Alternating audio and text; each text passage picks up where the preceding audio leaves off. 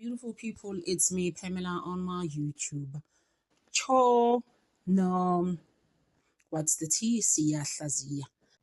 Ngeke ngisakwazi ukumbiza iminister mina uSenzo Mchunu, guys. So uSenzo Mchunu, guys, to unpack la indaba zakhe again ukuthi he's taken usho ukuthi relevant Ramaphosa, the president of South Africa on the second court, because basically that's the person who actually suspended him after ezwe indaba ngo-general Nhlanhla Mkhwanazi ukuthi lo akasuspende wenza lezi zinto lezi ezenziwa uGeneral Sibiya, cause uGeneral Sibiya was the same. Remember ngaze ngathi uyapaquza, why can't he just sit still alinde imadlanga bambisi so that he can tell the side of his story? And also, if you're on paid leave, special leave, and you are paid, who would you care? That's just my thing. Hlale ekhaya, watch TV, do something.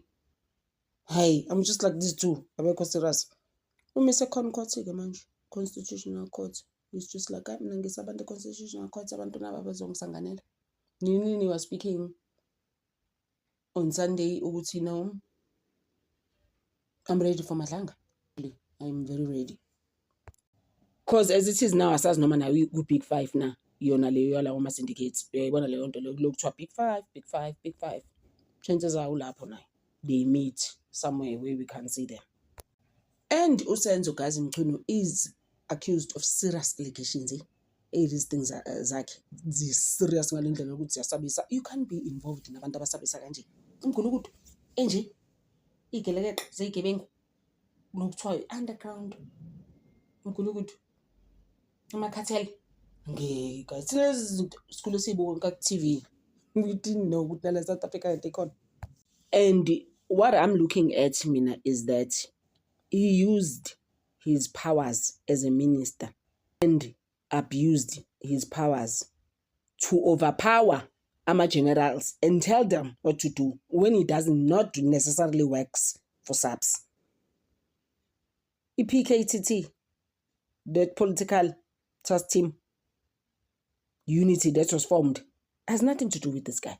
But was it inside? There was a time when I'm sure you heard Masemola was saying, hey, umuntu engakwatile kanje in some meeting in March, ifuna ukusedla sonke in a meeting. Like, hey, dissolve le nto le. Can't be continuing with this thing. Close this thing down. You don't need it. Kanti uyazazi yena ukuthi uprotect obana ngithi ama BFF sakhe. Okhethe.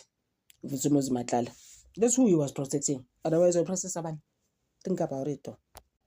Because if he got to, if they continue, I'm going to be in so much trouble, my stuff is going to come out. But his stuff is out. And chances are, just as much as Utasabantu Baisa, Emma, Concord, your stuff is more. There's other things that they haven't told us.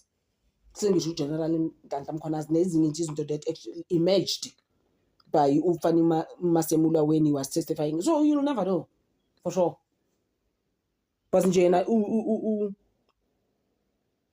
He actually associates himself with Mkhulukudu, this guy, Usenzo Mchunu. So my thing is that he has no right to challenge this suspension as it is now after all the allegations exposing him.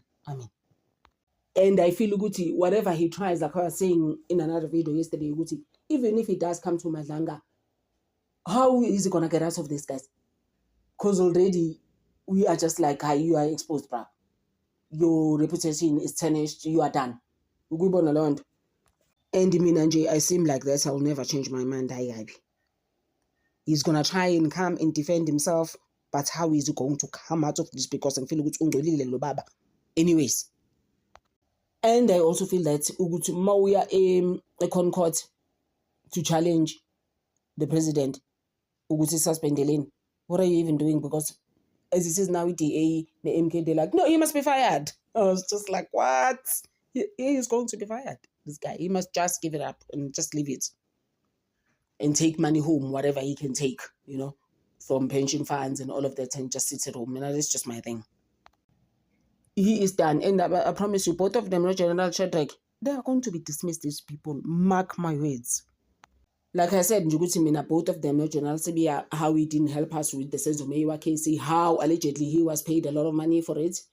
Clean yonke into wafaka nomakhubo lapho lo phethe 375 on the Senzo Meyiwa case wathi cleanani. Really, guys? I'm just like, no, but you could see there's something there. So ngibona ukuthi eMadlanga into kaSenzo Meyizwe lokhu iqhamuka kancane kancane ilokhu ilunguza in between whatever is happening there. Uyayibona leyo nto leyo. It's gonna come out. Because how generally Tata Mkhwanazi put it was abantu who are prominent or like musicians were unalived. Or ne-soccer player was unalived. Bakhokhelwa abantu. Phelela nje lapho guys, it's as simple as that. General Shedrack Sibiya bese kuba uSenzo Mchunu. I'm looking them sideways, those two. I'm just like, nobody to know about you. Sasa nama pension fund and just go home. Thank you so much guys for always watching this channel. Ngithanda oversigcine lapho.